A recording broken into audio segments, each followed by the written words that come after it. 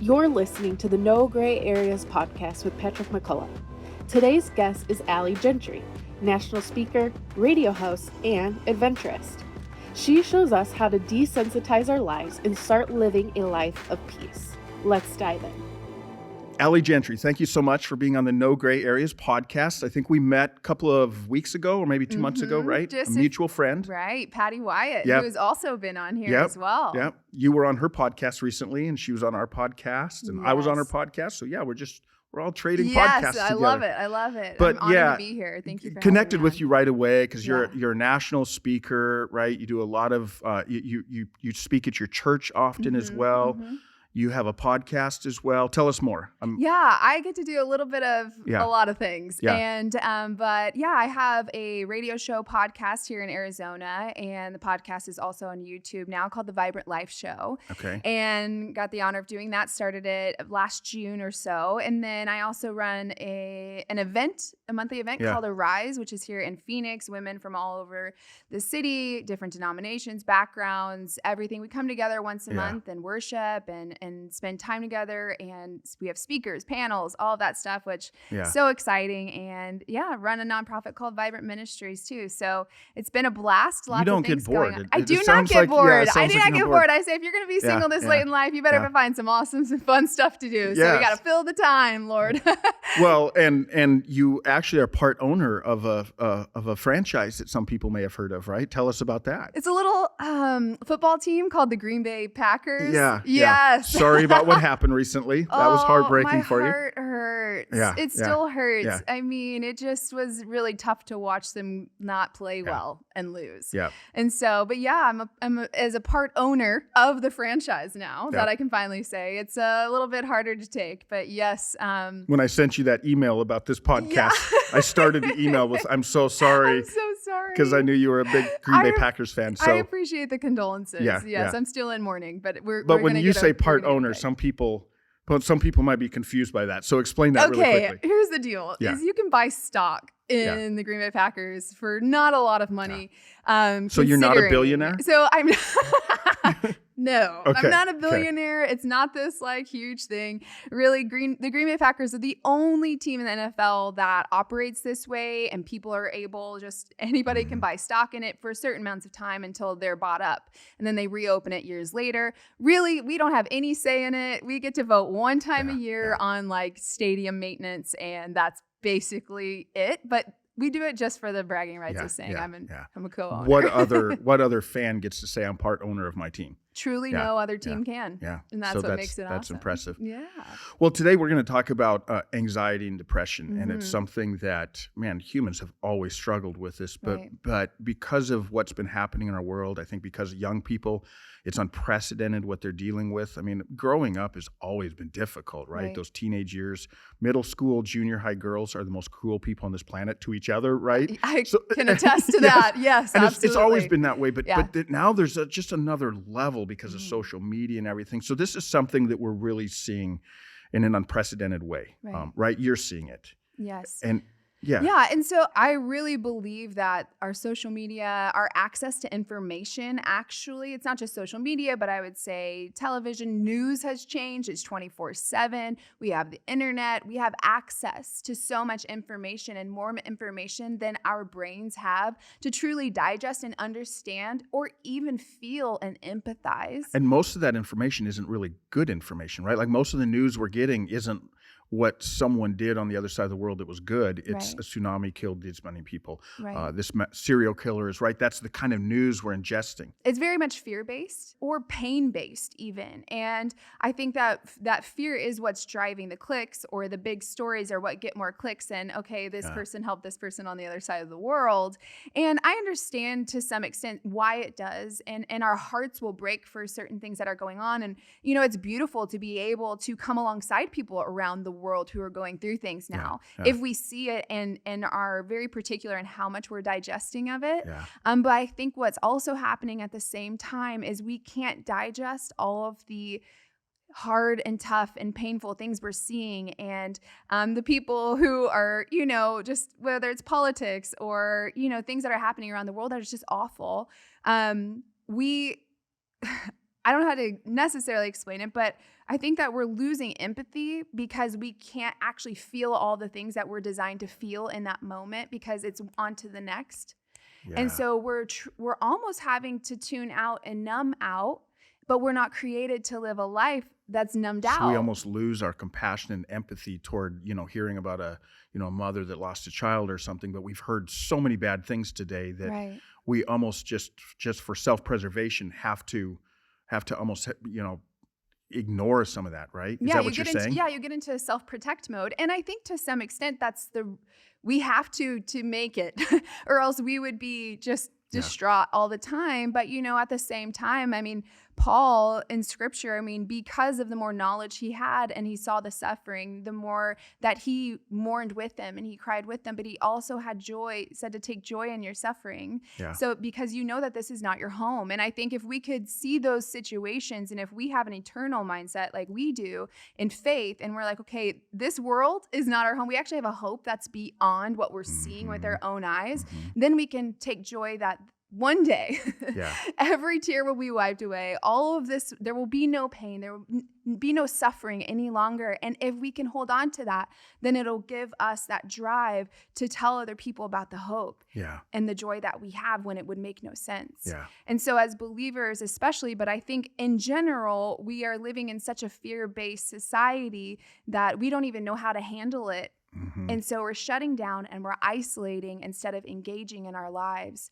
And when we isolate, that's when that depression and anxiety come in because we'll isolate from the people in the community that we're called to instead of just like a little community that used to be before we got all this information. Now our community's expanded around the world. And what happens in that too is we're getting desensitized and we're being overwhelmed. Boy, that's a key word right there, isn't it? Desensitized. Like that's a key word, isn't it? Yeah.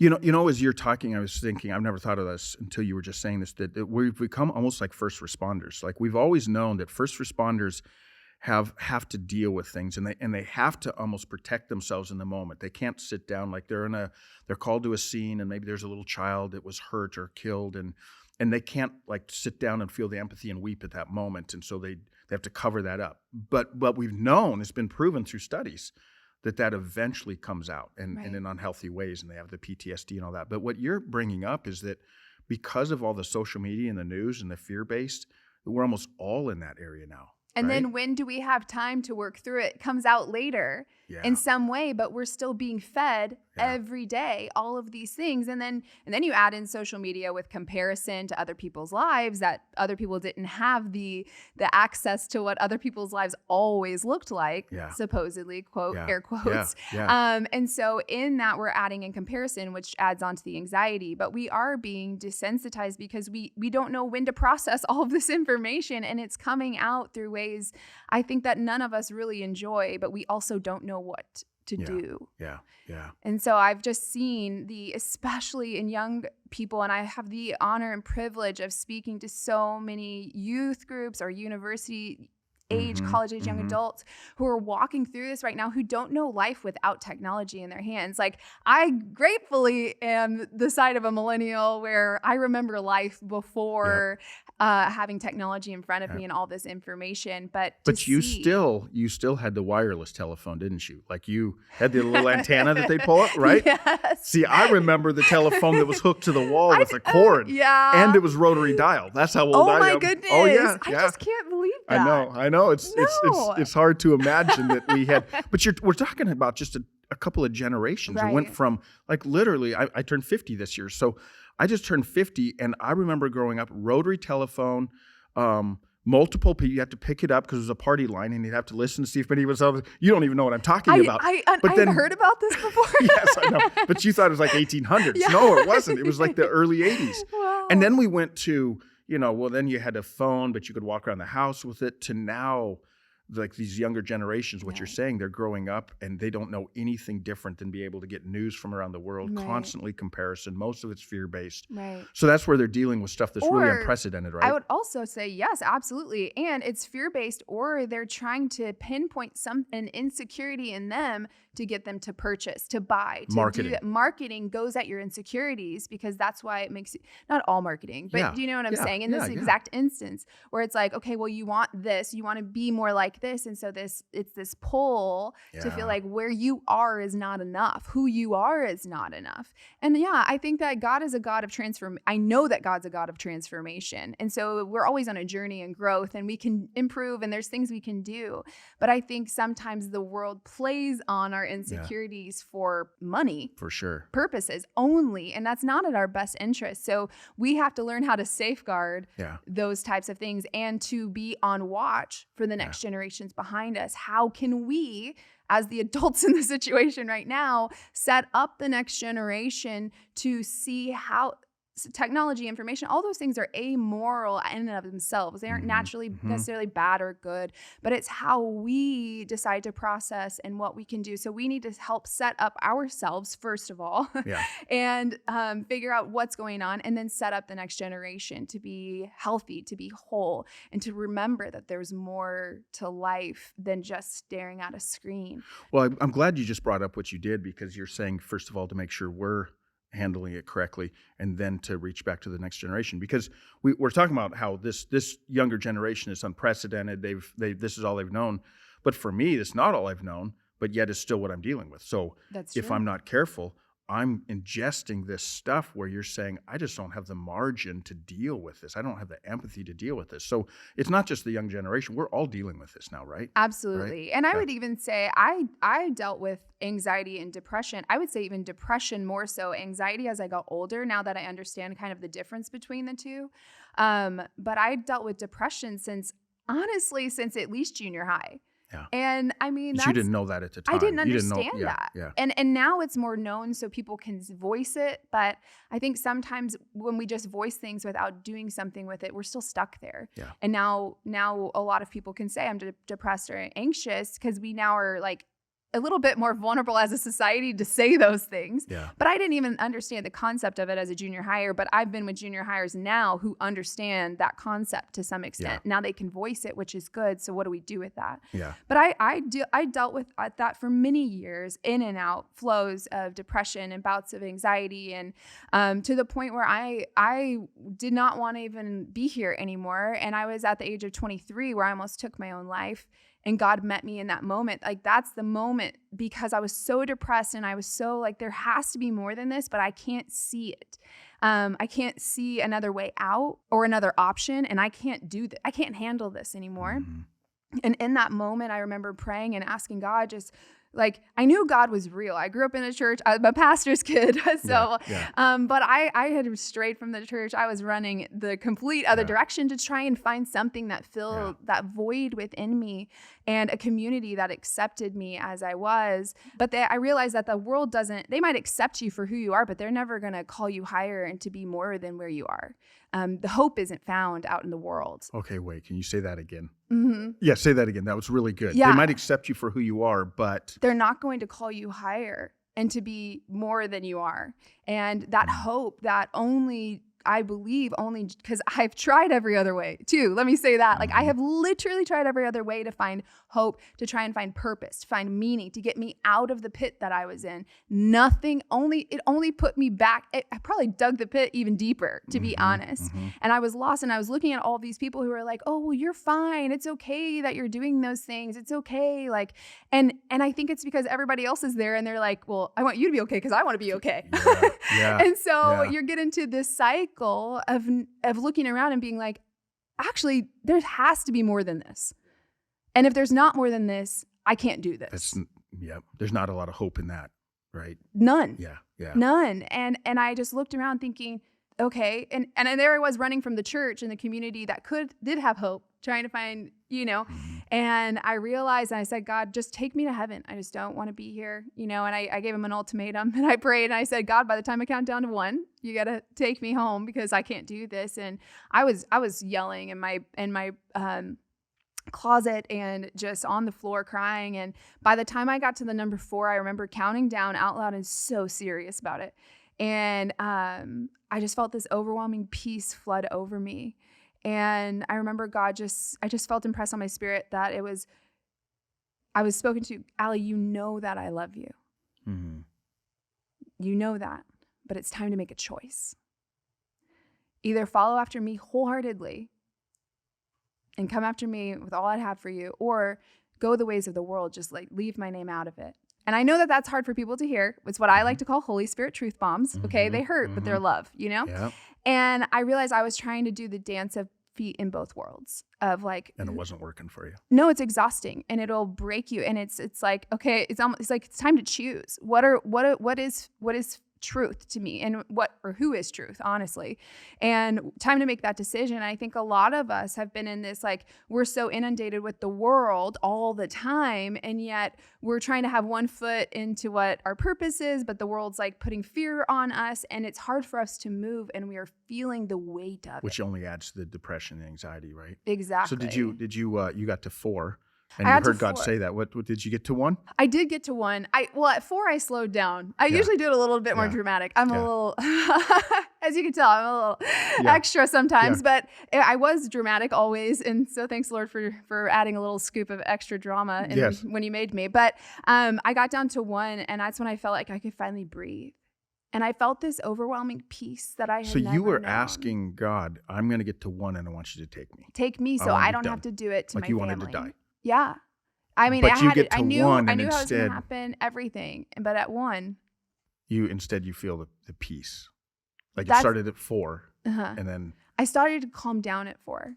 When I got to 1, I was like, oh, I just met Jesus.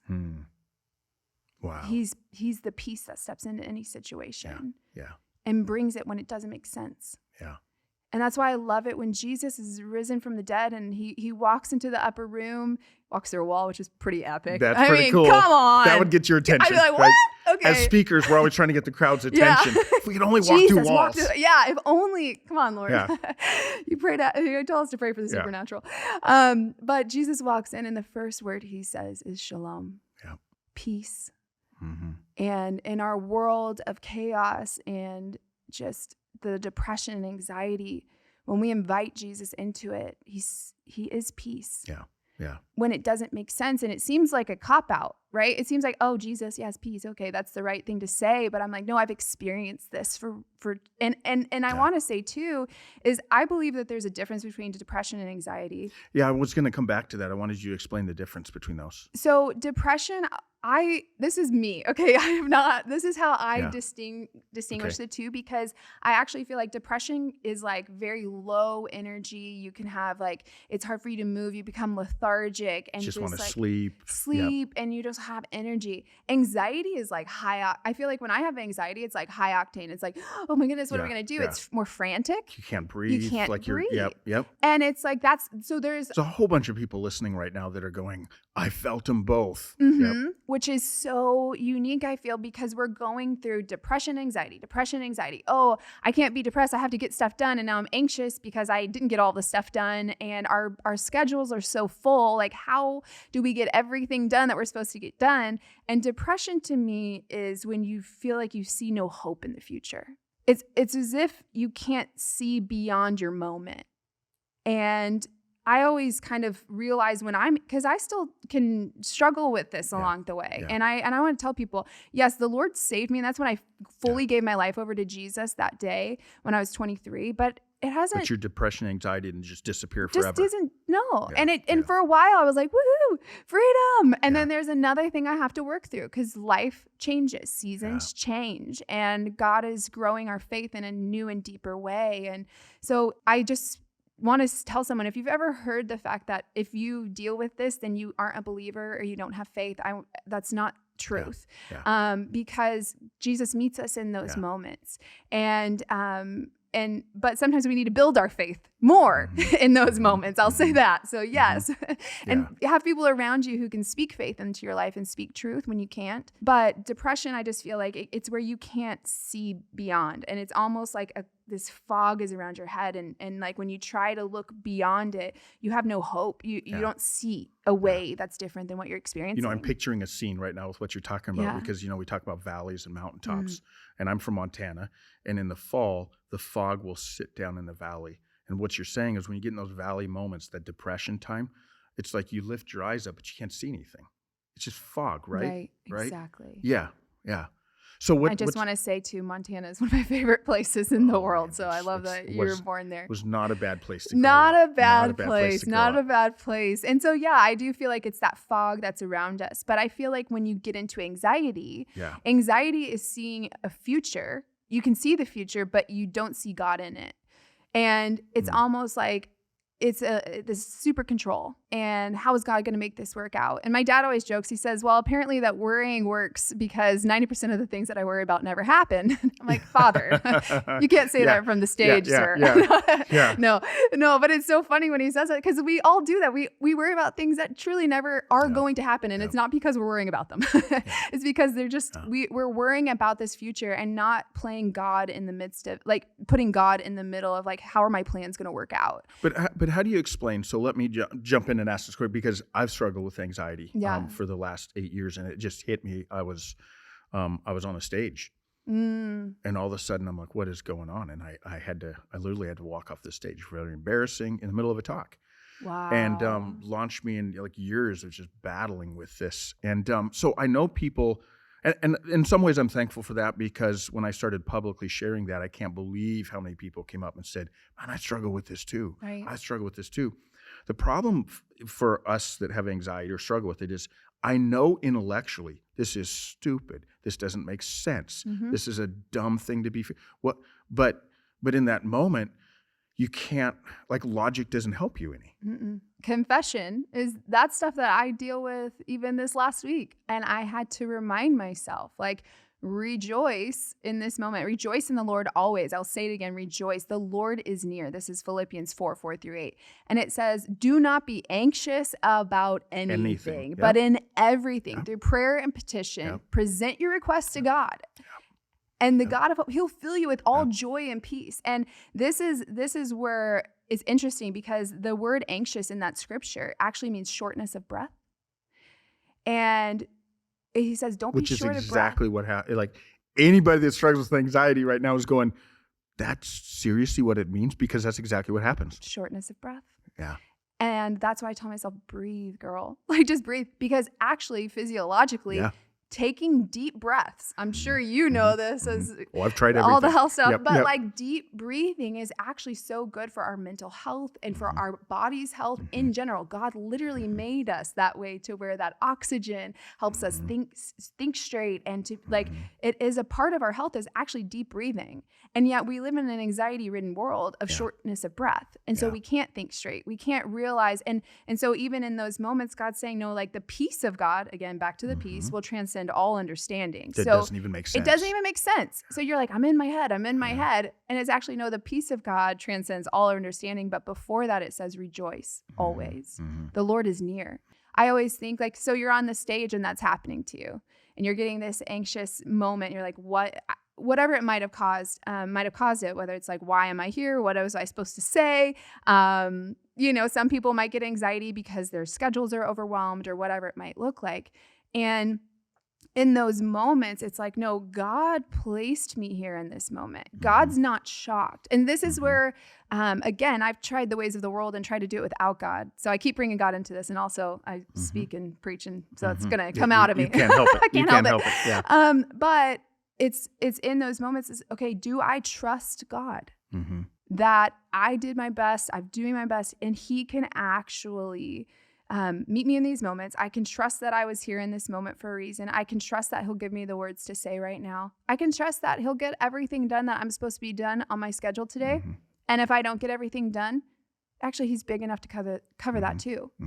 And we don't live with margin really in our lives and Sabbath. So let me, because I want to pause there for a moment, yeah. just talk about that, because when you were talking about the shortness of breath, that word literally means don't be anxious for anything. Don't be short of breath with anything.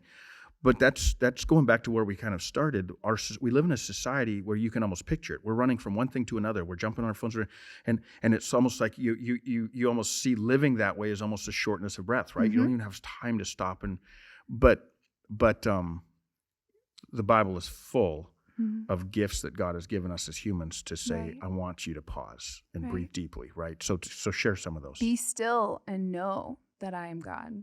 That's in Psalm 46. Stop. Just stop, right? Let go. Yeah. I mean, from the beginning of creation, he set Sabbath into motion. Like he didn't have to rest. God doesn't have to rest, but he did it as an example for us to remember.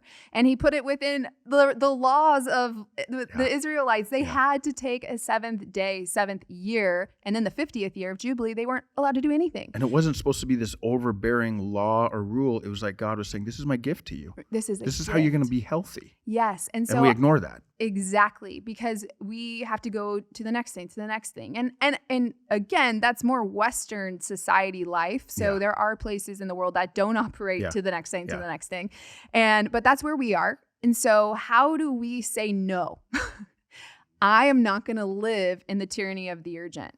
I'm not going to live to where I have to go to the next thing all the time. And I actually will take a Sabbath day. I mean, I took one last Monday. I went to Sedona, which if you've never been, it's beautiful. Beautiful. Oh, yeah. God's country. Yeah. And I went there even though I had so much to do. And I said, no, Mondays are my Sabbath day. I'm going to go and I'm not going to get back to emails. I got texts and I'm like, nope, I can't. Isn't that sometimes the most important time? Because probably realistically, you could say, I don't have time to take this. Like literally, I can't. Yeah. Which is maybe sometimes the most important time to force yourself to do it, which is what you did, right? Yes. Yeah. And so putting in boundaries, actually, you know what? We were going to get on a call and I said, I'm sorry, I can't until Tuesday. I don't know if you remember that. That's right. Yeah. And then we moved it. And so I didn't explain it. I just said, I can't. Because some people would be like, oh, so you I took was the day bounced off. for your Sabbath. Sorry. God first. Hey, that's true. That's true. But that's what I was doing. And so I've learned that I don't even have to explain it to everyone. We are in a society that has to over-explain everything that we're doing because we share everything, and actually I think we could just do it and then God's going to take care of it. We got our phone call. We did. We had our phone call. It was great, easy, and God took care of both of our timings. You were traveling and stuff. And, and it's trusting that if I give this time to God, if I give Thursday nights to God almost always, I'm like, nope, nobody, it's a no-fly zone for me. Thursday nights, middle of the week. I just found rhythms so that I can remember to breathe and that I remember that not everything depends on me. So what advice would you give someone right now who is listening and they're going, man, I need to do that. I need to do that. But like what advice would you give them to say, to find a rhythm? A Sabbath. That's a churchy word. It's a Bible word. It means taking rest, right? Yeah. Rest.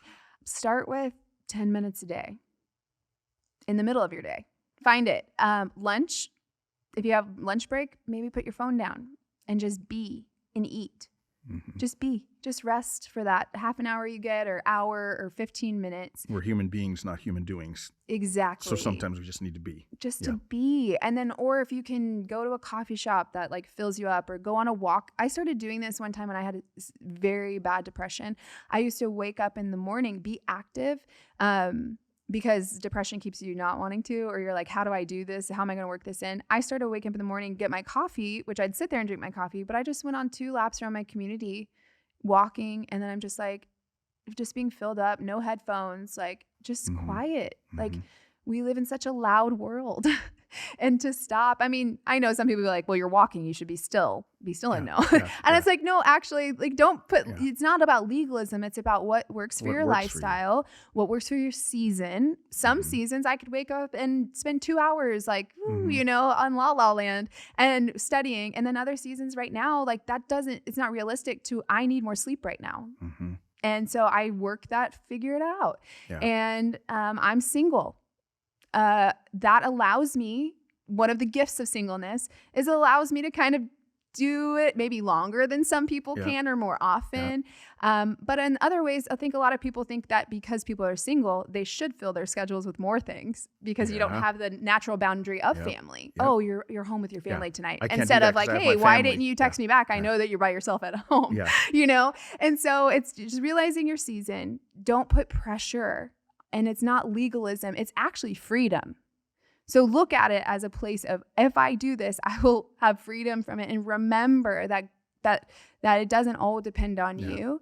And it's a very tactic of the enemy, I believe, to distract us, to keep us from being still, to hear the voice of God in our lives. If we're too distracted by our schedules, some people might need to say, sorry, kids, you're not doing 20 sports this year. Yes. Sorry, that's not going to work in our schedule as a family because we're going to prioritize rest so that we aren't a people of anxiety.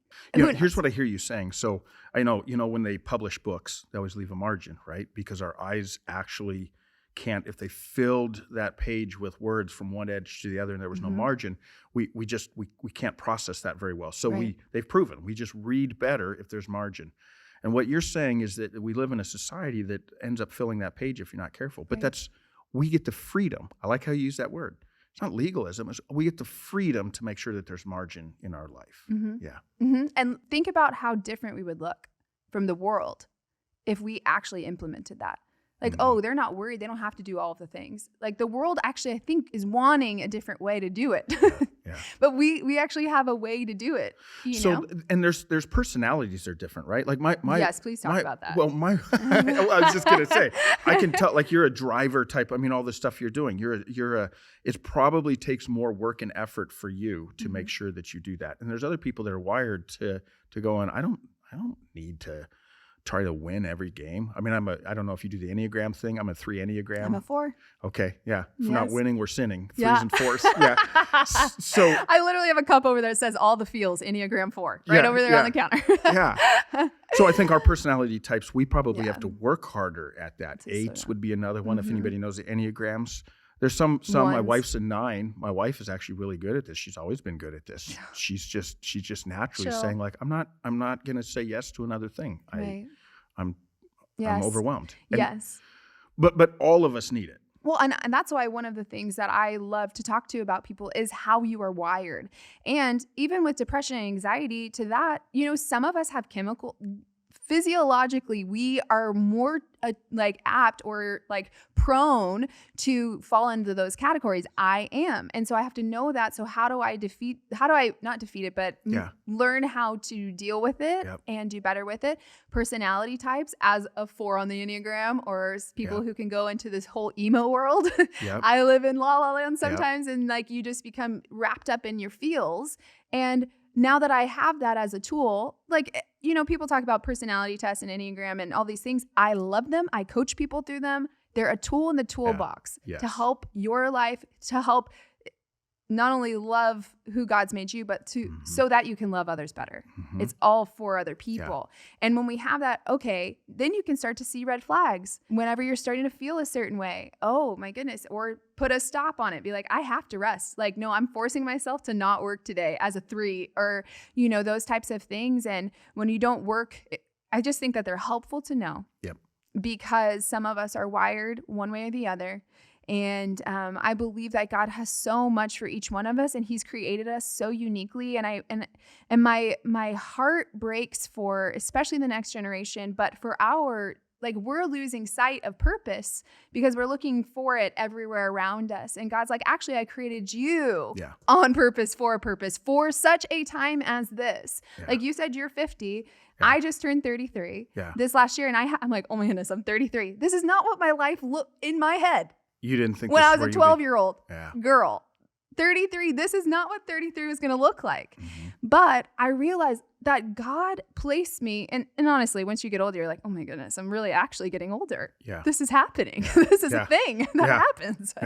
And it's like, no, actually God, He saw it, and He saw it best and fit in the timeline of eternity for me to be born on November 6, 1988. And if I can trust that, then I'm exactly where I need to be, that he made me this way. He made me with the personality type I have, made you that way, with the eye color I have, with the family I had, the skin color. All these are beautiful gifts that he created us with so that we can, that we can reflect his image to the world in such a unique and specific way. And we are looking too often to everyone else, to how we wish we looked, the personality we wish we had, the job we want to one day, or the platform with everyone on it. When God's like, no, I'm calling you to this. Only you can do that. Yeah. And when we get so wrapped up in the depression and get wrapped up into that stuff, that's what leads to depression and anxiety a lot of times, because we're trying to keep up or we're trying to be. And God's like, actually, I have something that's so uniquely you that if you lean into that purpose, you lean into your personality, you lean into the story that he's given you, actually, he can do something pretty magnificent that will put purpose and hope and a future. So what are you going to do with it? Not to the point where we need to put anxiety and pressure, because sometimes that's where I fall into. It's like, God, you had me do this. Even at the beginning, you're like, you do a lot of stuff. Yeah. And sometimes I'm like, what am I doing? Yeah. Why am I doing this much? Your identity becomes wrapped up in those things. And that's this is the key piece, is that the world is trying to label all of us, trying to put our identity, tell us what our identity is, put us in the boxes, put us in the little corners. You stay with your people that only agree with this. And then it creates this like just struggle, the fear and everything. It's a fight over identity. And whether people know it or not, we are in a spiritual war. And the enemy does not want you to know who you are in Christ, really that you are chosen, that you are adopted, that you are redeemed, you're forgiven. You have good things planned in advance for you to do, as it says in Ephesians 2:10. And so we're royalty. We are royalty. I mean, you and I, you're a princess, I'm a prince, son and daughter of the king. Exactly. Yeah. You know, and just knit together so specifically in our mother's womb, as it says in Psalm 139. It's like everything is purposeful. And if we put identity in anything else, we will lose track. We'll fall into that depression. We'll the anxiety of the things that we do, the podcasts, all the things that all the things you do. Like, it's so easy for us, or to be identify as like, I'm a mom, and that's just it. Like, I'm the mom, or I'm the dad, or And then like my wife and I went through this recently. So my wife was a stay-at-home mom, loved it. That's what she wanted to do. Right. And the kids leave home. And for a little while, then all of a sudden she was just wrestling with, who am I now? Like, who am I? And she had to try to find that. So what would you say to someone that is struggling with identity, that's going, I hear what you're saying, and I get it intellectually. I just can't get it from my head to my heart. I can't get it down there. What would you say to them? For me, because I'm such a feeler too, I have to go to truth first. It might be in your head, but reading it, getting people to tell you truth, being around people to speak good things about you, writing things down. I mean, I did that this morning. I just was like, I am, called by God. I am, and not like in a, I had to actually sit there and tell myself and repeat it back. I know this sounds like, kind of woo-woo for some people, but I'm like, I had to repeat it back to start to believe it, because it takes a while for your head and your heart to connect on what is truth and what we believe. And it's, what are you putting into your life? The music you're listening to, the things you're learning, the podcasts you're listening to, because that's going to speak stuff over you. And we have to be so careful with that. But it's learning the stuff that we've shared today. What are those identity pieces? How has God made me? Take a moment and write down your story, and then see how you can use that. God can use it through you in a redemptive way, and be like, this isn't just a fault in my life. This actually may be the very thing that God has allowed in my life, the bad thing maybe, to actually help people around me. And repurpose your life, repurpose you, and give it over to him, because I'm such a heart for people to know that there is a vibrant life available to them. That's why my show is called The Vibrant Life. Because Jesus it says that he has come that you may have life. Yeah. And live it abundantly. Yes. Yeah. Abundantly. Not just a life, but an abundant life. Yes. And that's the truth. And that's why a lot of times it takes our heart a while to catch up. Yeah. But when we start repeating it, maybe write it on a note card, put those things in front of you, write down your story one time, tell someone a part of your story. And I would say too, if you're dealing with depression or anxiety, find someone to tell. Don't please find someone yourself. to help. Yes, please someone to tell. Because that's just a practical, hopeful handle for someone to go and do that. Because what happens is it breeds it and it grows in the dark. So if you're isolated from people, the depression gets bigger, the anxiety gets bigger because you didn't speak it, you haven't shared it. It's in your head, it's in your mind, it's in your feelings. And once you bring something to light, then the truth can be shed over it. And then you can find healing, you can find hope and truth. But when we hide it away, which is what happened in the garden, they hid. Yeah. The moment they felt shame about something. And then God calls them out. He's like, where are you? It's so interesting, the verbiage you just used, because in creation, we see almost everything needs light to grow. But you're saying depression and anxiety, it grows in darkness. It's one of the few things that in isolation and darkness, it will actually breed and grow. And that's what we have to fight against that. So I hear you saying that one of the most important things, if you were talking to someone who's going, I get it up here intellectually, I just can't get it to my heart, is it's not, you can't listen to a podcast once or quote a verse once or quote a pithy statement. It's something that you have to be repeating to yourself, right? That's what I hear you saying. Somehow write it down, speak it to yourself, have other people speak it to you, but it's right. Because it takes a long time for some people because it doesn't match with their feels. And so I just encourage people always write a verse on a card or write truths about like what, of who God is. I mean, focus on who God is because he's so good and majestic and awesome and powerful. And he's our provider and our peace and our hope. And you're like, oh yeah, okay. Yeah. Our problems start to like shrink real fast and like start writing down attributes of who God is if you're a believer and just see the good and be thankful and, a place of gratitude. I mean, yesterday I was dealing with some pieces of anxiety in my mind and I was getting so overwhelmed by all the stuff I had to do and I just started crying. And then I was at church and I told a few people and people that I love and trust and they prayed over me. And then I walked out of there and I was like, oh, okay. It's not as big as I thought it was now that I spoke it out. And when you so I would say, write it down, repeat it, find someone to talk to about it that you trust or counseling. An advocate for that as well. I myself have one.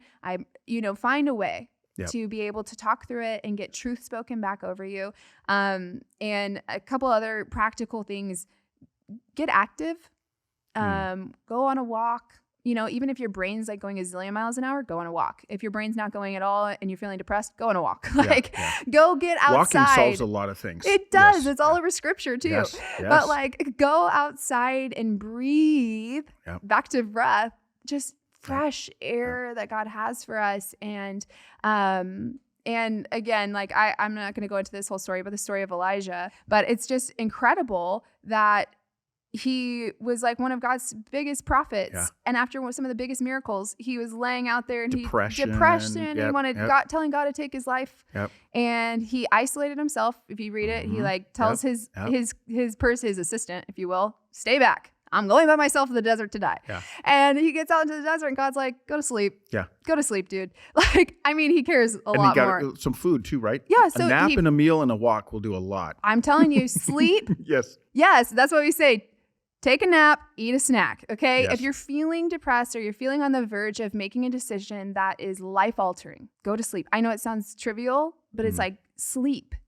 What are you putting into your body? It matters. The angel wakes Elijah up and gives him bread and water. Are you drinking enough water? Our bodies are literally responding to some of the ways we're not actually taking care of it in the physical. So those are some other practical ways. And then he gets up and he walks. At the end of that story, he sleeps, he eats, he drinks some water, and he goes back to sleep, does it again, and then he goes on a walk back to what his calling was, and he gains strength. So all of those things are very practical ways to help us get... Not small things. It sounds so trivial almost. That's what I feel like. That's why I said it. It sounds trivial. Snack and a walk? Yesterday after I was like, I need like a 15-minute nap. And I felt better waking up, and it's just, it matters. We don't prioritize it, but God created our bodies in a certain way that it actually does matter on our mental health. And we have to prioritize it. Create as holistic beings, right? Holistic, absolutely. And so I know that we've talked about and covered quite a few things, but those I hope are just practical ways as first steps. Yeah. And don't be like, oh, what am I eating healthy? I had to drink all this water today and I need to go out. Pick one thing to focus on. And then once you get that going, to pick the next thing. Don't be overwhelmed more so in a space that already feels overwhelming. Just look for those little moments. And I really believe they'll compound and help you out of those moments. So. Man, that's so good. Allie, we clearly need to have you on here again because I'd shared a couple of things. I want to go here. I want to talk about that. We didn't get to some of that, like our mutual hero, Esther. I know. I love her so much. And me too. And her and Mordecai. And if people don't know what we're talking about, go to the Bible, find the book of Esther. It'll take you like 20 minutes to read it. It's 10 or 11 chapters. Unbelievable story. But sometime we have to have you on just to talking about it for such a time as this. And it's not just about Esther. That story connects with all of us. Like we've all been put in this place in history, in this particular spot in the world for such a time as this. You got to come back and talk about that sometime. Okay, we have to do that. And there was another question I had, but we're just out of time. So let me do this though. I'm going to ask you what I ask all the guests. It's ironic because there's no gray areas. 2 truths and a lie. Okay. So they've heard you for a little over 30 minutes now. I've met you twice now, I think. I'll see if I can guess it. They're going to try to guess as well. Okay. Well, I'll say this. I'm an adventurer. Okay. And I love to travel. Okay. And that has just been in my DNA. And so my first one is when I was in Thailand, I traveled around for a couple of weeks and ended in the city of Bangkok. I always like to try local foods and try to be, That gets you in trouble sometimes. It does sometimes, And I was sitting there and they walked around with a platter and it was scorpions. They kept putting in your face. And I was like, I don't know. Well, I am from Arizona. So I feel like eating a scorpion is like poetic in a weird way. I'm an Enneagram 4. So yeah. Number 2. Okay. So I went to school in London for college for a little bit. And on one of the weekend trips, which is epic, highly recommend going to school somewhere else for a little while. On one of our weekend trips, we went to Paris. And then we decided, okay, we're going to go to the Eiffel Tower after we had lunch and our baguettes out on the lawn, being all cool and thinking we are. Yeah. And we get onto the Eiffel Tower on the elevator and we got stuck in an elevator.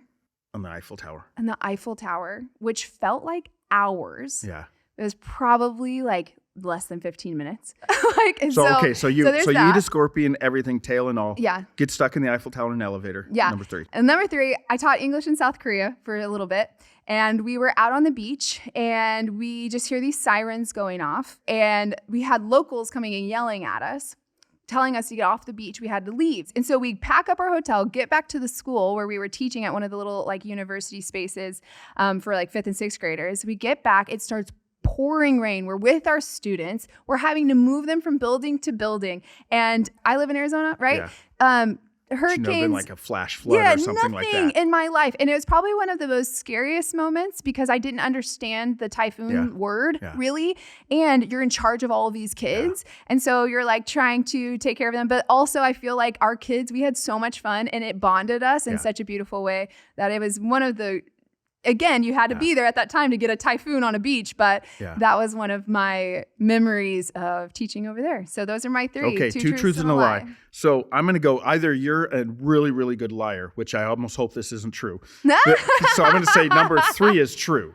Because you were telling that like you would have experienced that. Yeah. So that's true. Okay. Otherwise, if you told me that was a lie, I was going to be like, wow, you're a good liar. Okay. So that one. So I'm going to say the lie. I'm going to say the lie is stuck in the Eiffel Tower. 100% a lie. Okay. So yes, you did eat a scorpion. I did eat a scorpion and I did go to Paris and we did go to the Eiffel Tower, but didn't get stuck. Okay. But yes, I did eat a scorpion and I'm pretty sure I still have health issues from that day. So don't do that if you go to Thailand. That's terrible. Just say, wow, that looks great. Thanks. And then don't partake. So yes. Well, Allie, thank you so much for taking the time. I have no doubt I learned a lot. I have no doubt the listeners learned a lot as well. So really appreciate you. Appreciate what you're doing. Thanks for sharing with us. Thank you for having me. Thank you. Thanks for listening to the No Gray Areas podcast. To dive deeper into the story, be sure to subscribe, follow us on social media, and check out nograyAreas.com.